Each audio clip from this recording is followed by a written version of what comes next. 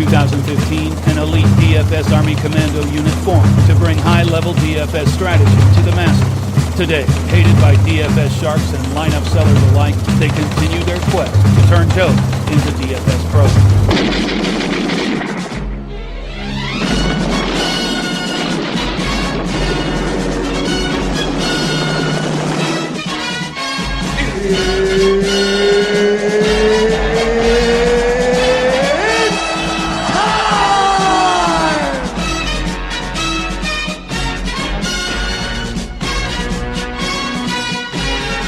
Alright, welcome back to Tacos Fast 40. So good to be back with you guys again after the crazy last couple of weeks with qualifying right before the race and all that nonsense. But it's good to be back with you guys, and as always, this podcast is presented to you by DFSArmy.com. Come check us out before football season kicks in. It's going to be an awesome football season. It's the best content that we put out probably, and we've got every other sport in the works. We've got great baseball content. Golf is finishing up its last major of the year, getting ready to go into the PGA playoffs for the FedEx Cup, so that's going to be fun. And you can come check us out at dfsarmy.com and use promo code TACO on sign up to support the pod and receive a lifetime 20% off discount. And that'll give you access to the Domination Station, still the only NASCAR lineup optimizer that takes dominators into effect, the NASCAR cheat sheet, and all the tools, cheat sheets, podcasts, articles, resources, you name it, for every other daily fantasy sport.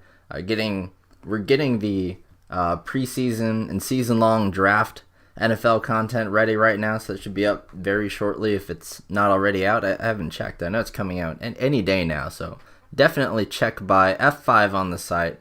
Try to be the first one to get a huge head start on your season-long leagues with that super cheat sheet there. And we see the preseason NFL contest up on DraftKings. It is about to be football time, so come check us out. But for now, Sundays are all about NASCAR, and I'm liking that. And after a few crazy weeks in a row, back to the normal schedule of Friday practice or Friday qualifying and some post-qualifying practices. God, we've missed those. So practice 2 and 3 will be pretty important this week. And in the last 2 weeks, it's been really up and down. 2 weeks ago, I finished first in the 10K brake pad single entry for a sweet $1,000, so that was really nice. But then last week, all hell broke loose. I took a big gamble on Dale Earnhardt Jr. starting 28th, I think. Put him about 60-70% of my lineups. Also used a metric crap ton of Trevor Bayne, as I thought he would be an overlooked guy. Because he had crashed recently, and people don't really like using him too much, I guess. And then both him and Earnhardt just have brake problems and are immediately gone from the race before it even really starts. That just ruined me from the beginning. And then it was a pretty unpredictable race with everyone on Kyle Busch, who then falls back. Keselowski takes the lead for a while, and those two get into an accident. Martin Truex Jr. ends up pulling it out on fuel. There's just a really weird road course race last week. Some people did pretty well, but man, I got crushed. Last week sucked. It was just one of those weeks where the chalk gets destroyed. And I guess we'll be going into this week kind of looking to fade the chalk a little bit, as the chalk is starting to get really, really, really chalky. We've seen multiple times, of course, Larson starting last and things like that, and Kyle Busch on the pole over and over, that the pole sitter and the obvious play from the back are going to be just massively over-owned. And it might soon be time to start looking in a different direction, but we might have to pick our races out for when that's going to be, as this one is fairly predictable. But let's move right into this Michigan here. This is the second Michigan race of the year, Pure Michigan 400. Michigan is a 2-mile track, very similar to Auto Club Raceway, also known as Fontana, out there in California. And it's pretty interesting how closely related these tracks are, as they are the only tracks until very recently. But they were the two tracks that featured Kyle Larson's first 3 wins on the NASCAR circuit. He has won this race 2 times in a row. Won at Auto Club earlier this year, so he's probably going into the week as a big favorite. But we've really seen people kind of follow who's been good lately. And lately it's been all Toyota, and Larson has taken kind of a step back. But I still think that he's going to be the highest owned guy this week, outside of maybe like Jimmy Johnson.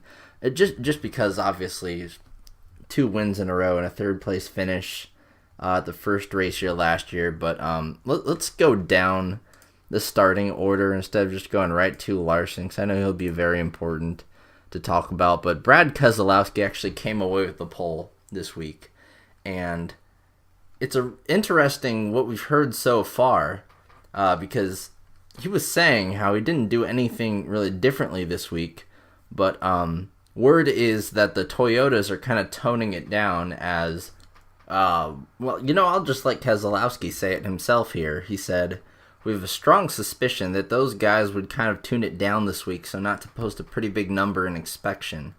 And potentially that's right, because our team hasn't done much differently and those guys are just not as fast as they've been the last few weeks. So I guess this, it may not be 100% true. It's still a suspicion from Kaz, but basically how this goes is the Toyotas be cheating. Usually around this time, this Michigan race, they like to use it to test to see if anyone's cheating. And, Joe Gibbs Racing has never been the cleanest, using 4 lug nuts when you should be using 5. Over a decade ago, they put magnets in their car on the pedal for post-race inspection, trying to hope that they wouldn't push the pedal all the way down or whatever. I don't know. They've always done things like this. The Toyotas have been absurdly fast after a terrible start to the season. So this could be really interesting. If you believe that the Toyotas are going to kind of tone it down, take a step back, which seems to be evident so far with Martin Truex Jr. finally not finishing on the front row in qualifying. Guys like Kyle Busch not winning the pole, qualifying all the way down in 6th. 3 Fords in the front of this race. It's really bizarre how everyone outside of Matt Kenseth just took a huge step back this week. Now, do we treat this as a law? Like, hey, don't pick any Toyotas this week. No, probably not, no. We're going to have to look at practice times tomorrow. Definitely check back on the cheat sheet. I will have projections finalized then. I don't even want to bother with projections right now because practice will tell a huge story. Like I said, these are post-qualifying practices, which we haven't had. We've had those stupid pre-race qualifying or pre-qualifying practices where some guys are in race trim, some guys are in qualifying trim. There's no real way to know anything. And we're not going to get 10 lap times at a 2-mile track. We just aren't. We've been doing that a lot recently. We haven't hit these smaller tracks where everyone's going to be posting 10 lap times. So once again, you'll see that slot blank on the domination station because honestly, practice 2 or 3, you might get like 5, maybe 10 guys posting top 10 speeds, and it's like, oh, hey, I don't know, let's pick a random name here, like Chris Buescher. He's like top 5 in 10 lap speed. If it's out of 6 guys, who cares, So, another thing about Michigan that I will point out here real quick is that it's such a large and fast track. I do believe it's the fastest track on the circuit.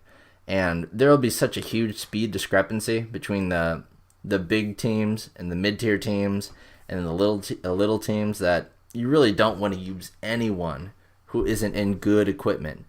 You could get away with playing guys like, I don't know, Corey LaJoie, Matt DiBenedetto, David Reagan, Landon Castle. You don't want to pick those guys this week. You absolutely do not. You want to avoid that at all costs. So we may be looking at a more mid-range sort of week. Fantasy points aren't going to be past like 60 or 70 outside of like one dominator, and that's if he dominates a lot.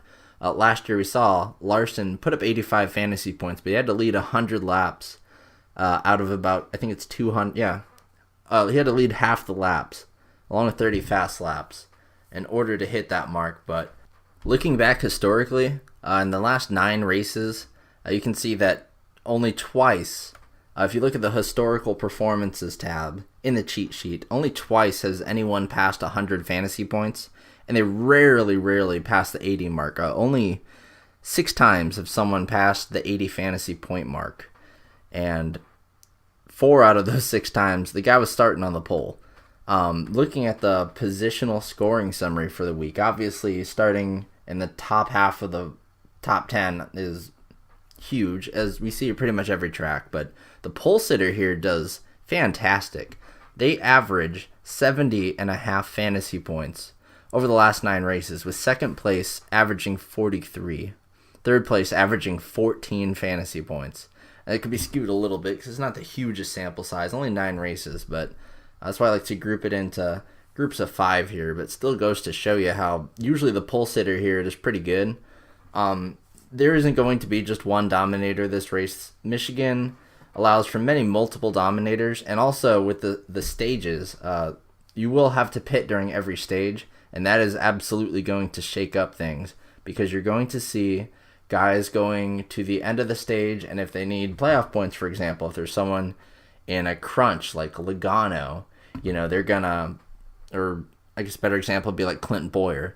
If you're wanting to hold on to these playoff points, you're gonna stay out and make a really dumb overall race move to try to get these stage points. We saw Truex do it a couple weeks ago. At one point, he won, or I think it was Kyle Busch. He wanted to win the stage, but he ended up staying out in order to do that, and that ended up getting him shuffled to the back after a long time of domination. We'll see things like that. We'll see guys like Eric Jones stay out as long as possible, or like a Keselowski or Logano could do that. Maybe not off the pole, but the guys with a little more risk to take, guys that have wins already, Stenhouse, Newman, Dillon, Kane, guys that really shouldn't have wins this year, but they do. They don't have anything to lose. You'll see some shake-up there. So I'm kind of feeling that we should get off of Keselowski, as the pole sitter is just going to be really, really popular. It's just that, looking back, averaging 70 fantasy points, man, that's pretty good. But I think in a lot of those situations, it was like the absolute best drivers on the pole, and they were just straight dominating. I think once Logano pretty much started on the pole and finished on the pole, or finished winning, that was the summer race last year in 2016, where he just completely dominated the whole thing. His average running position was first. That's how good that was. But Logano's kind of a different story here. Penske just dominates this track, but I don't know. I think that you can get off of Keselowski here. Looking at Keselowski real fast, he hasn't won here, but he's pretty much finishing in the top 10 every single race, just like his teammate Logano, except for the summer race here this year. He finished 16th.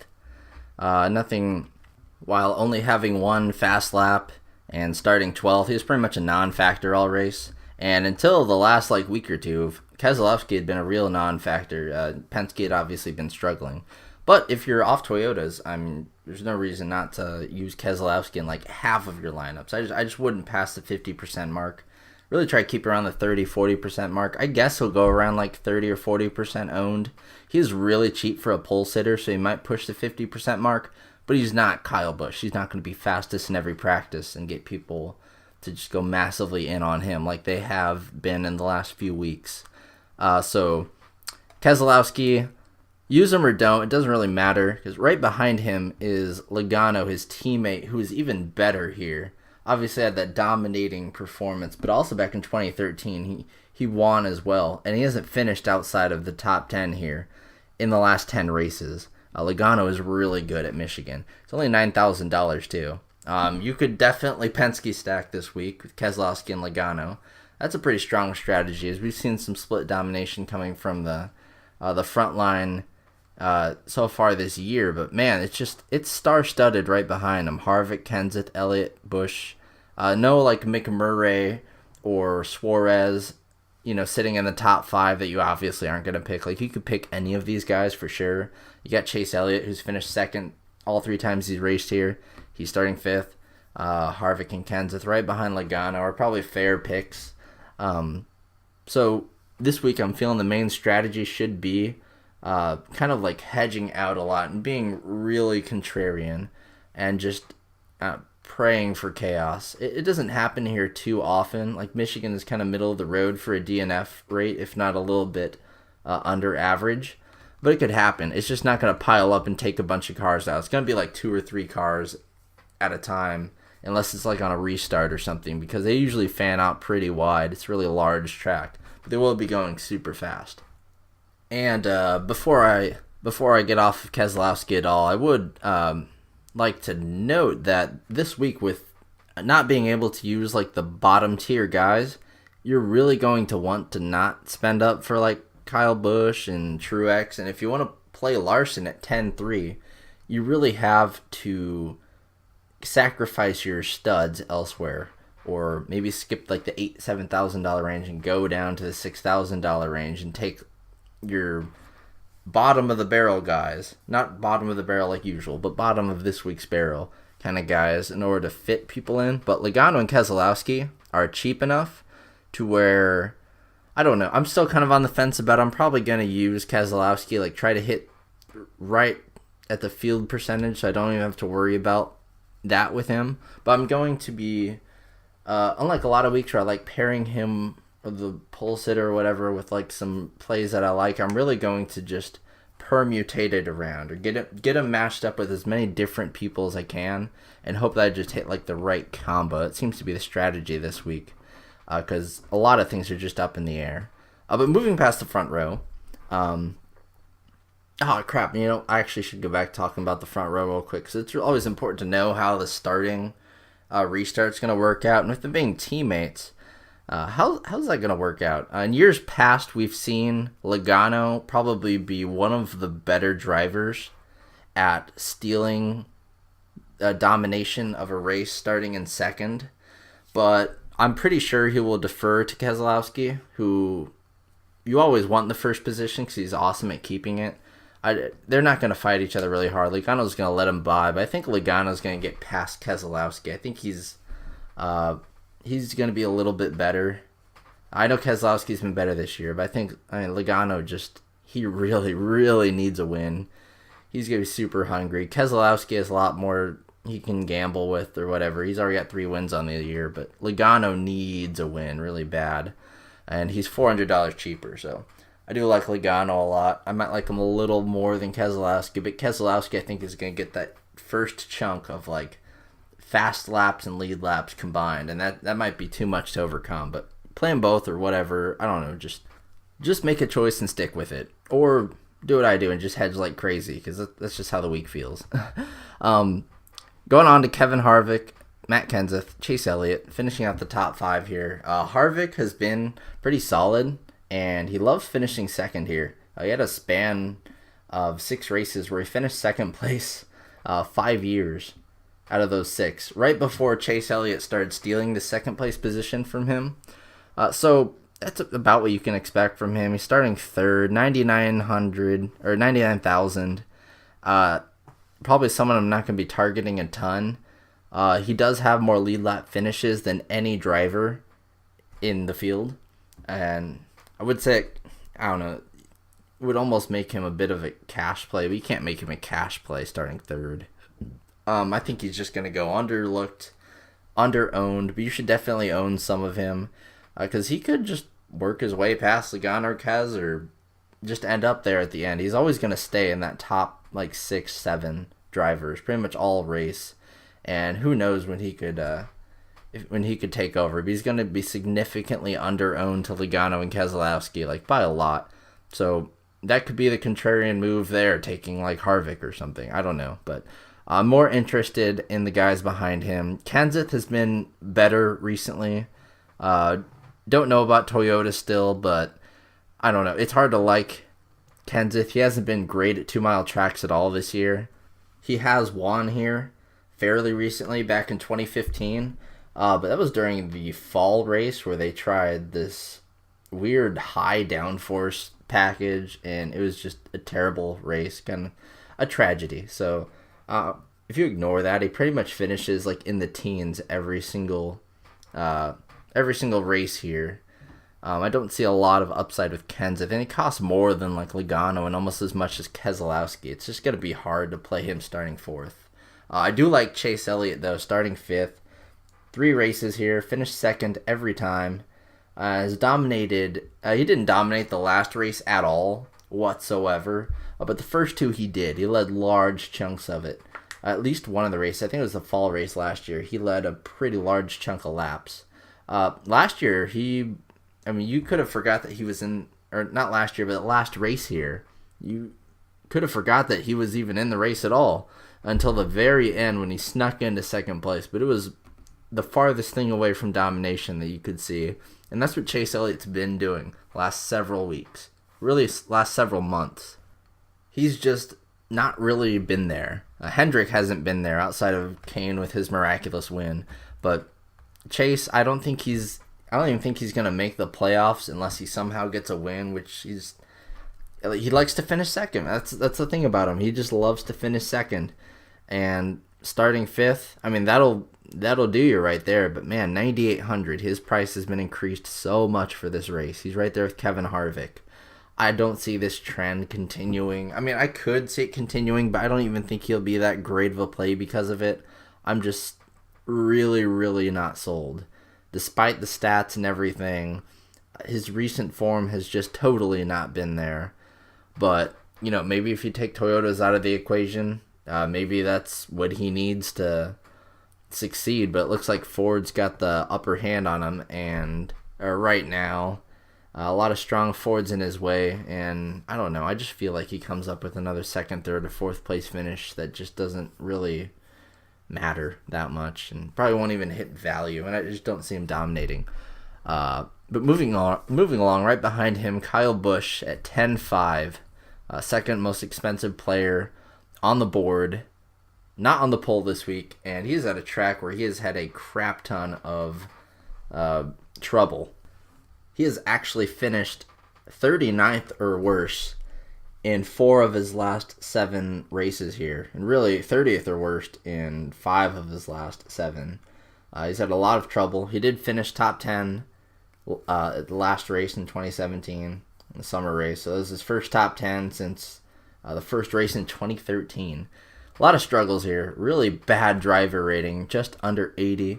A lot of that is due to DNFs, so the data is confounded here. It's pretty obvious. It looks like he had 4 crashes out of the sample of 9, so that's going to really mess it up. Just in the races where he hasn't crashed, he hasn't done really anything.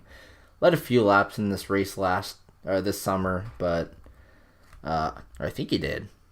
Yeah, he led 40 laps in the race in June. And I do believe that's starting on the pole. No, he didn't. He just ended up leading 40 laps, finishing in 3rd or 7th.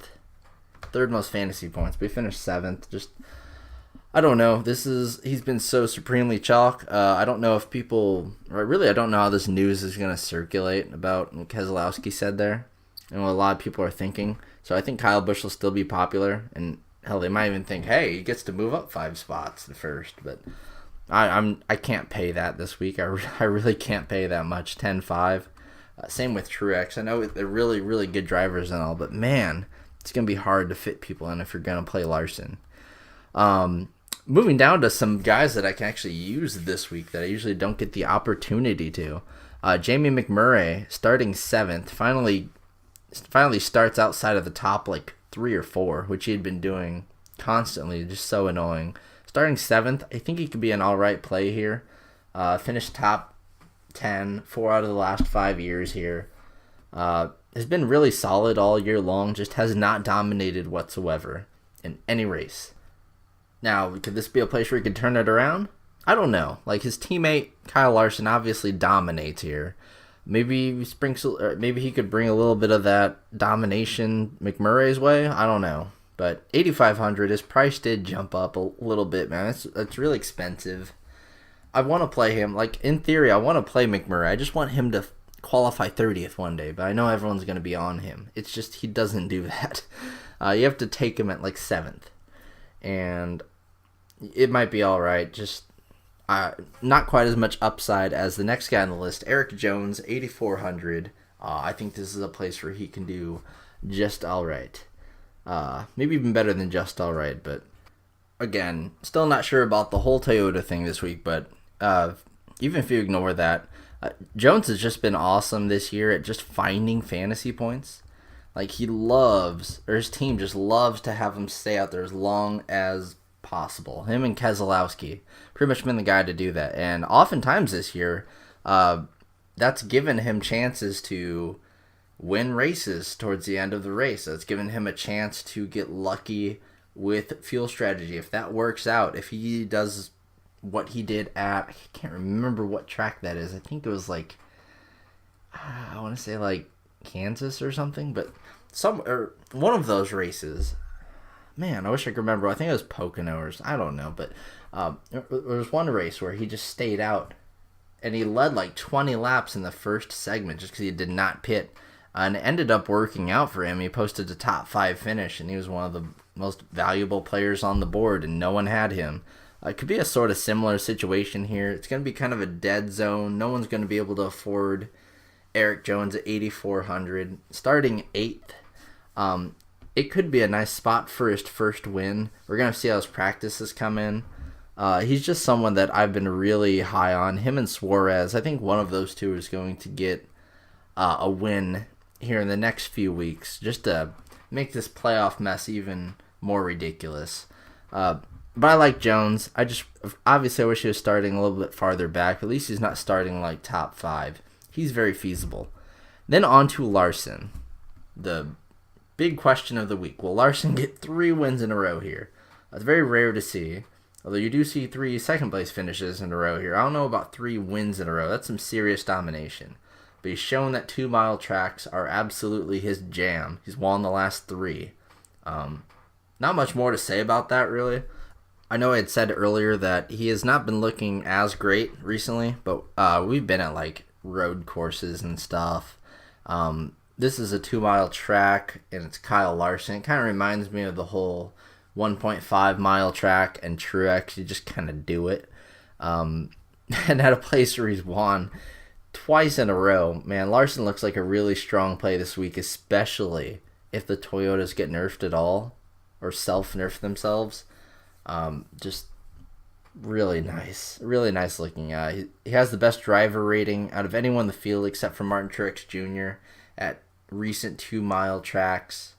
And it's also up there in Michigan stats, just behind Chase Elliott and Joey Logano.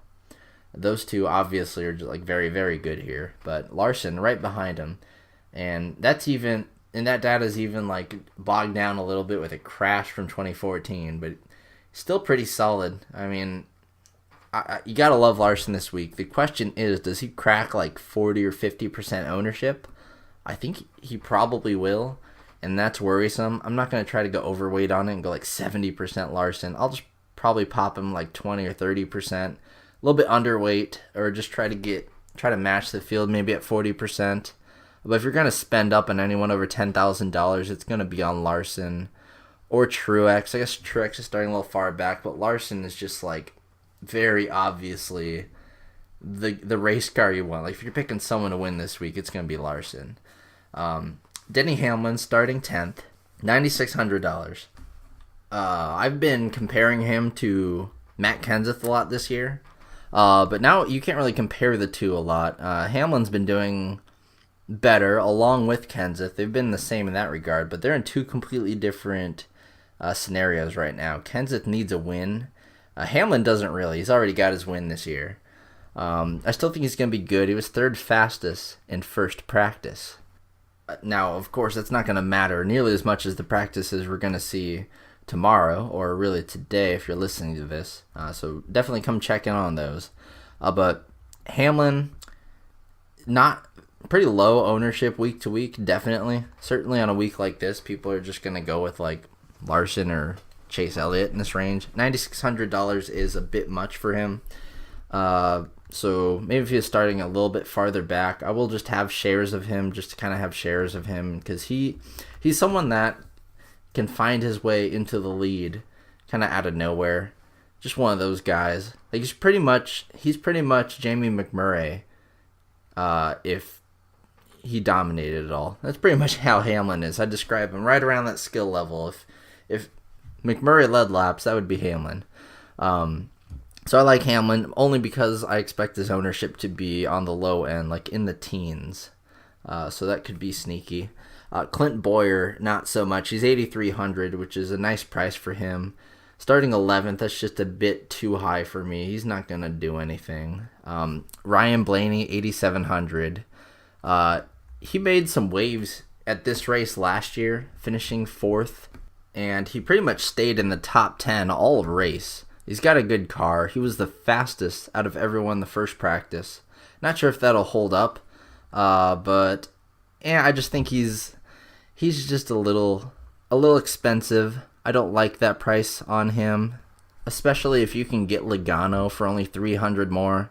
It's just you're paying up the wazoo for Blaney. I would only buy that if his practice times really continue, which I don't think they will. I think it'll go back to someone like Kyle Busch or Truex or Keselowski or someone like that. It's just that we've seen this before from him and Eric Jones. They like to lead a lot of practices and then follow that up by doing nothing in the race. Now Blaney, he does have a win. He can be a little he can run some strategy and all that. And he's had a pretty good car. It just hasn't been as good in the last month or so as it was earlier on in the season when it was really, really hot. But he's going to be under the radar. He just costs too much, honestly.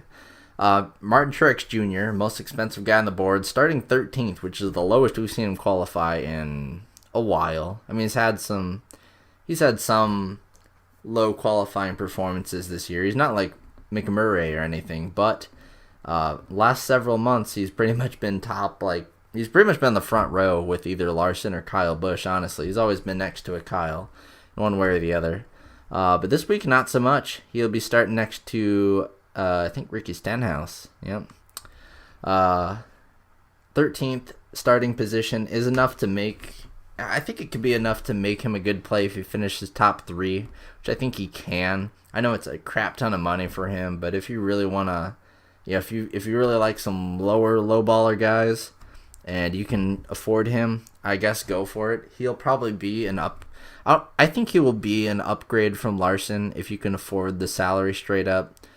Just most of the time you're going to end up picking Larson here just because he is really hard to pay for it, almost $11,000. He got his road course win last week, and he's really just shown up everywhere this year, even at tracks that he's historically not been good at. He has historically been pretty good here and very good at 2-mile tracks recently. Makes for a top tier play, honestly. It's all about whether or not you can afford him. Behind him is Ricky Stenhouse Jr., who's gotten some absurd ownership recently, even with him not qualifying that far back, but people just really like using him. I guess they see everyone saw him win multiple times this year at the plate tracks. This will be another fast racetrack. I just think 14th is too high for him. He could stay around there all day, don't get me wrong. He's been looking like a top 20 car for sure, and he might finish top 10. It's just that, I don't know. I don't think he can hold on. I think, if anything, he'll just finish where he starts, which could be all right at 6,900. I mean, you got to go that way somewhere. It's just, there are going to be guys in that price range that are starting 20 spots behind him. And this can be a little bit more intriguing because, he's not going to dominate or anything. He did finish top 10 in the summer race here, finishing 8th. But before then, he had never even cracked the top 25 in most races.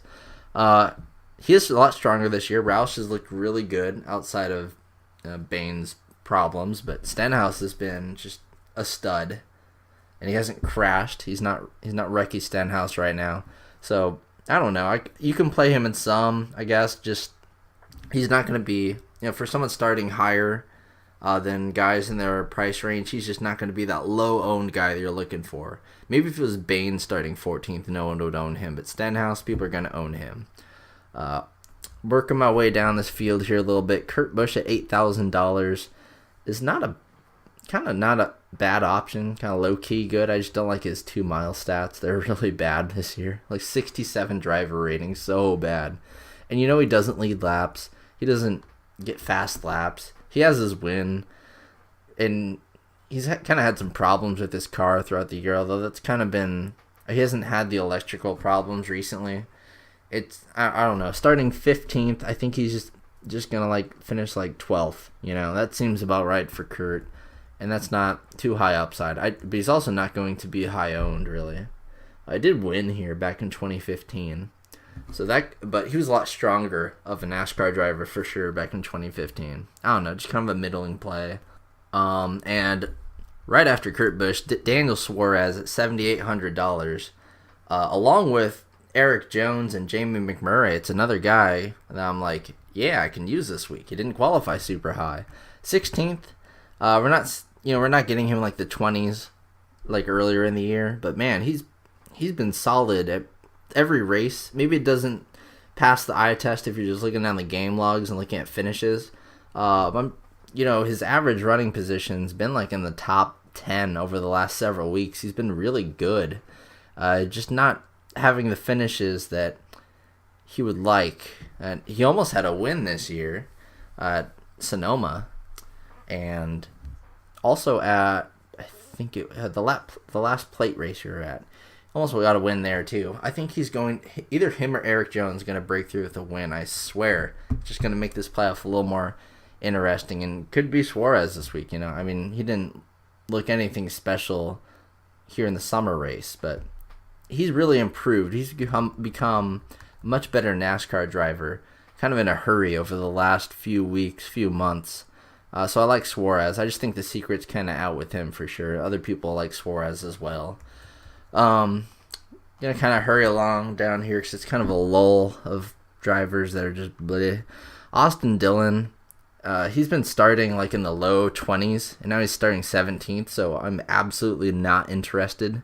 Danica Patrick also starting 18th, not interested one bit. Then the guy who screwed me last week so bad, Water Cooler Dale, $7,900. Bitch. Sorry if any kids are listening, but I'm so angry about you. I hate that. But everyone else is. Everyone else is going to be thinking the same thing. This is one of Earnhardt's best tracks, actually. The bigger and faster the track, the better with him. $7,900, starting 19th. Man, if his name wasn't Dale Earnhardt Jr., if he wasn't just fresh off of screwing me, I'd kind of be all about this play. No one's going to own him. I might still be. Every time I go back to the well with Dale, I always think the exact same thing. Hey, everyone else is off this guy. I'm going to be on him and watch. There have been weeks where he's done that, but it's never been a week where, he has like place differential opportunity or whatever. But this week he does. But man, every time I try to use him and think that, what happens? He just burns out and finishes. Not just like on the low end, he finishes dead last. It's so annoying. But if you can get over that this week and just completely forget about it, Dale Earnhardt Jr., $7,900, starting 19th with a good top 10, upside, finishing top 10 here. 5 out of his last 6 races, and the only other race was a crash where he finished last. So it seems like once again, either he's gonna crash or he's gonna finish top 10. If he finishes top 10, that's a great value at $7,900. Chris Buescher is $5,900. He is starting in 20th position, which is just too high. You can't play him. Trevor Bayne starting 21st at $6,700. Again, tempting, but man, after last week with Dale, it just sucks having to go back to the same kind of guys. But it's pretty much the same play as Dale, just on a lower scale. No one is going to use Bayne. Like, no one. No one is going to touch him. They'll take Stenhouse over Bayne. Bayne's been kind of a problem recently, but his 2-mile stats aren't bad at all, really, for someone of his price range. Is in the top 15 a lot. Average running position of 18th, which is not bad. But this isn't really going to be an upside play, if anything. It's going to be a pure ownership play. And maybe I don't see the top 15 potential from him that I would really like. So I guess we can't really play Bane anyway. Maybe if he was starting in the lower 20s or 30th like last week. And on to the chalk of the week, who I haven't even really talked about so far. Jimmy Johnson is $9,100. Very, very fair price for Jimmy. He's very cheap this week. He's starting 22nd. So he should be a pretty obvious play, especially now that the starting positions are listed on the app. People are going to see that 22nd and be like, click. I will put him on my roster. Ownership depends on how practice goes with him. But I think that his ownership will probably be around the 40% mark. Maybe pushing into the 45% mark. That sounds about right. Although it wouldn't completely shock me if he breaks 50. But he's not going to be like 60% or anything. That's crazy. Save that for Larson starting last or whatever. But Jimmy Johnson is pretty much the obvious place differential play here. I mean, there's nothing really wrong with his 2-mile stats are pretty good. Not the greatest, but pretty good. Same with Michigan. Not the greatest, but pretty good. A couple of top 10 finishes in a row. One in 2014. You just play him because he's starting 22nd, and you know he's going to finish top 10 if he finishes. This teammate right behind him makes for an even more interesting play in my eyes because he's so much cheaper, but Casey Kane is $7,600 starting 23rd. Like that play a lot. He's looked a lot better recently. Got the win, so he can be a little more aggressive. He's finished top 16 at Michigan in 7 of the last 8 races. Of course, his race this year, he finished 21st, but his Michigan stats are almost as good as Jimmy Johnson's. Like, they're almost comparable.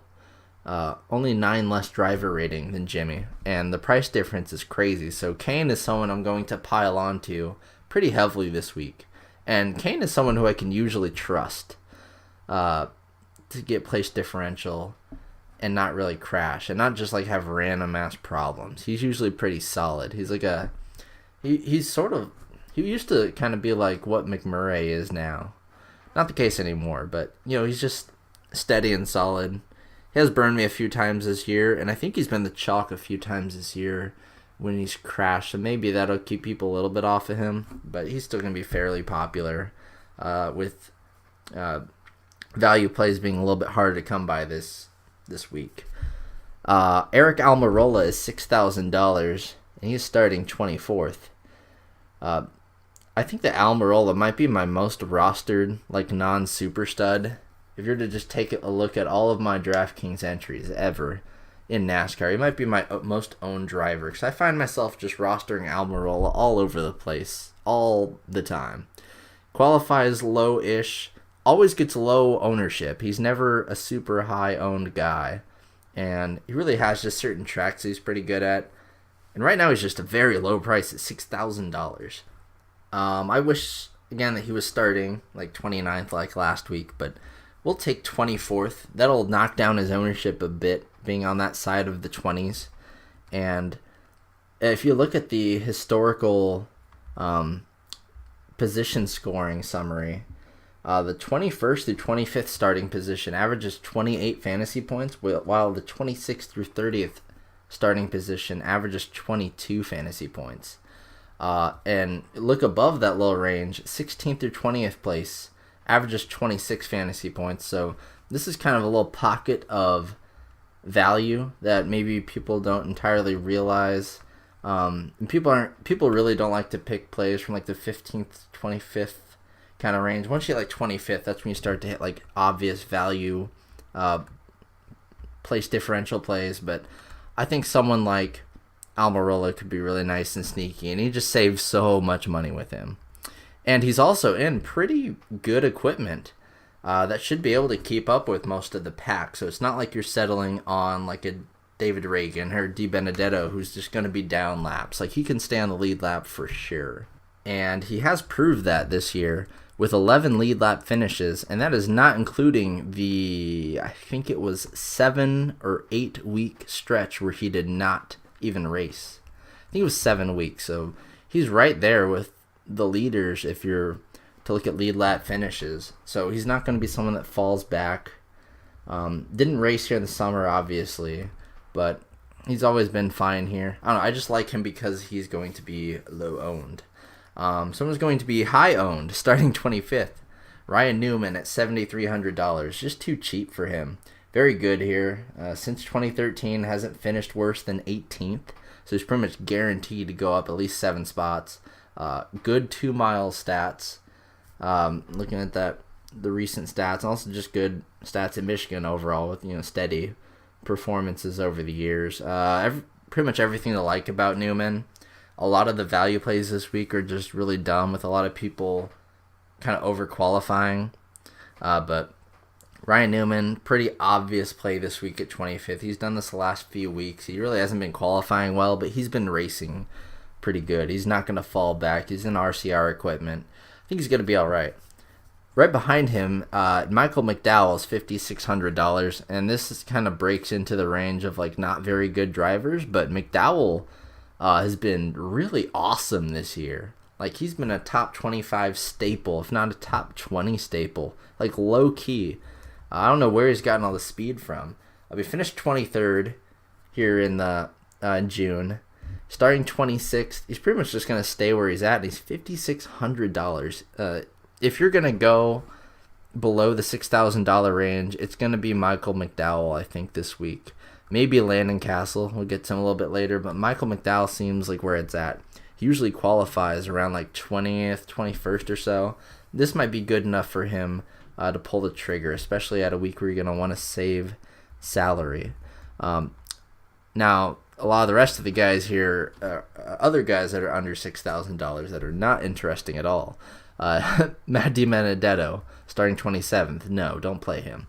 Reagan, starting 28th. Now, David Reagan has been very good, but he tends to be better on very flat tracks, road courses, small tracks like Dover and things like that. But he's been okay here, pretty much finishing in the top 30, never really venturing past that, but starting 28th, man, you wish he was starting 33rd or something in order to use him. But $5,200, I guess you can sprinkle some onto him. It's just that he's not going to go much farther than that. Maybe finish 25th if you're lucky. That's all I can really see out of him, because if you remember, his track history at pretty much every track is going to be a little bit jilted, because he used to be right there with Clint Boyer and Michael Waltrip Racing. That's disbanded. His equipment is not that good anymore. He's down there with these guys for a reason, the $5,000 range. So I would get off of Reagan, save him for another week. AJ Allmendinger starting 29th. Now that is a pretty good play as well, and expect him to be fairly popular. $6,300. Just a value play that everyone's going to flock to in order to fit in, your Larsons and maybe your Truexes. Allmendinger, not really much to think about there. He finished he finished 18th in the June race and 15th in the fall race last year. So he's going, I think that he's right in front of Paul Menard, who I think is actually going to be a little bit higher owned than Dinger. If it weren't for Menard's amazing track history, which we'll get into, I think that Allmendinger would be more popular, as he's just a more popular driver. We just got off of a road course, and people will see that he had $9,000 as his salary last week, and he's dropped down to $6,000. People will take that and go, hey, awesome. I cost $200 less than Paul Menard, but you're going to want to play Paul Menard this week. That's what this is a nice little pivot you can make. Just go underweight on Allmendinger, go overweight on Menard. Starting one position back, I don't think his ownership is going to pass Allmendinger. I really don't think so. His stats at 2-mile tracks are exactly the same as Allmendinger's. 63 driver rating for both of them, but he actually averages more quality passes and a higher average running position, for what it's worth, and also more fast laps, a total of 2, as where Allmendinger is 0. But he's very good at Michigan. Very, very good. Finished 22nd in the summer race, which was but before that, he had not finished worse than 18th. Had 3 races between 2013 and 2014 where he finished 4. Something about this track where it just likes to have repeating, people just like to finish in the same spot over and over. But yeah, use Paul Menard this week as like your core value play outside of a guy that we'll get into here soon. If you've been listening to the podcast and are still listening, you get a little, not really a treat because everyone's obviously good me on him, but I haven't even mentioned this guy's name yet. But okay, we'll get into him. We'll skip over Cole Witt real fast, starting 31st. Don't play him. And Castle starting 32nd. Sure. Just know that his track history is just garbage. He always finishes like last year. And he's going to fall back and all that nonsense. But anyway, Ty Dillon starting 33rd. He did not even take a qualifying lap here in the summer. And he started back of the field. Finished 20th. And he's actually raced here a few times in the past. In 2016, when Tony Stewart was injured, he took his car and finished 24th. And also back in 2015, he had raced here in the summer race, and he finished 14th. I'm trying to remember the circumstances here. I don't know. I know that Ty Dillon had just raced like a couple random races as a interim driver. I can't remember who it was for, so sorry for my lack of NASCAR knowledge here, I guess. But that was back when NASCAR DFS first started and people weren't really giving a crap about who was starting where. Actually, I think I do remember. It was like, I do remember actually. I think it was like 5 or 6 weeks into when NASCAR DFS first started, and I'd got a hot tip that Austin Dillon's younger brother was going to be in the field. Maybe it was this exact race, but I think he had only raced like 2 or 3 times back in 2015. Kind of getting off track here, but anyway, use Ty Dillon. Use him a lot. He's starting 33rd. Most obvious value play on the board. It should be him first, Menard second, and then Newman also second. I have them about tied as far as value goes. Then Allmendinger and Casey Kane, and Almirola, and McDowell if you really need to. Castle if you really, really need to, but you shouldn't need to. And to finish off the rest of Taco's Fast 40, which is never 40 anymore. They're always doing like 39 or 38 race or drivers or whatever. Corey LaJoie starting 34th. Don't play him. Brett Moffitt starting 35th. We just saw Moffitt. He came back last week. I thought it was just going to be a 1 week kind of ringer thing, but he's back once again in the I guess Ryan Sieg's number 83 Toyota BK racing car. And he's actually raced here a few times in the past. He raced back in 2015, 2014. He was on the circuit as like a back ender sort of driver, but don't play him this week. Jeffrey Earnhardt starting 36th. Don't play him. And guess what?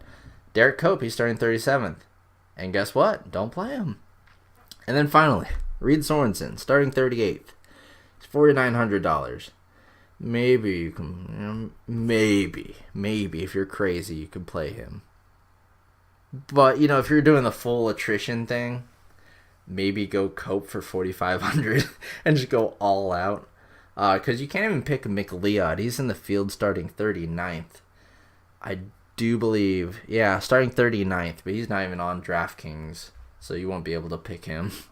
But yeah, don't use any of the back burner guys. Please do not this week. Just keep it Ty Dillon and above as far as starting position goes. But that will do it for Taco's Fast 40. I was fast enough. I didn't keep it in the 40-minute mark, but I think we should be under an hour here, boys. So that'll do it. I want to see all the screenshots of our wins this week. Let's keep it going because we have had some amazing success from all of our members, and you can become a member and join us and talk with me at dfsarmy.com. And remember to support the pod by using promo code TACO on sign up. And we will see you guys next week. Hopefully. I do believe it's qualifying on Friday for the next few weeks. I'll double check that, but hopefully we get to do a podcast and have days to prepare and all that ahead of time because I'm really liking that. a lot better than last week. But that will do it for the podcast. I will see you guys later. Thank you for listening to the DFS Army podcast. Join the DFS Army today and gain access to our private Slack chat, where you can chat with real DFS pros and coaches, as well as other DFS Army members with winning track records. Also included in your membership is access to our premium articles, DFS Army weighted projections for every sport we offer, from NFL to MMA, weekly player picks and cheat sheets, the strategy vault of timeless concepts, and the DFS Army Domination Station, a truly state-of-the-art lineup optimizer, offering your personal projections or ours. The DFS Army membership is the best value across the industry. Join today and get 2 free ebooks, as well as the secrets to unlocking a new level to your game.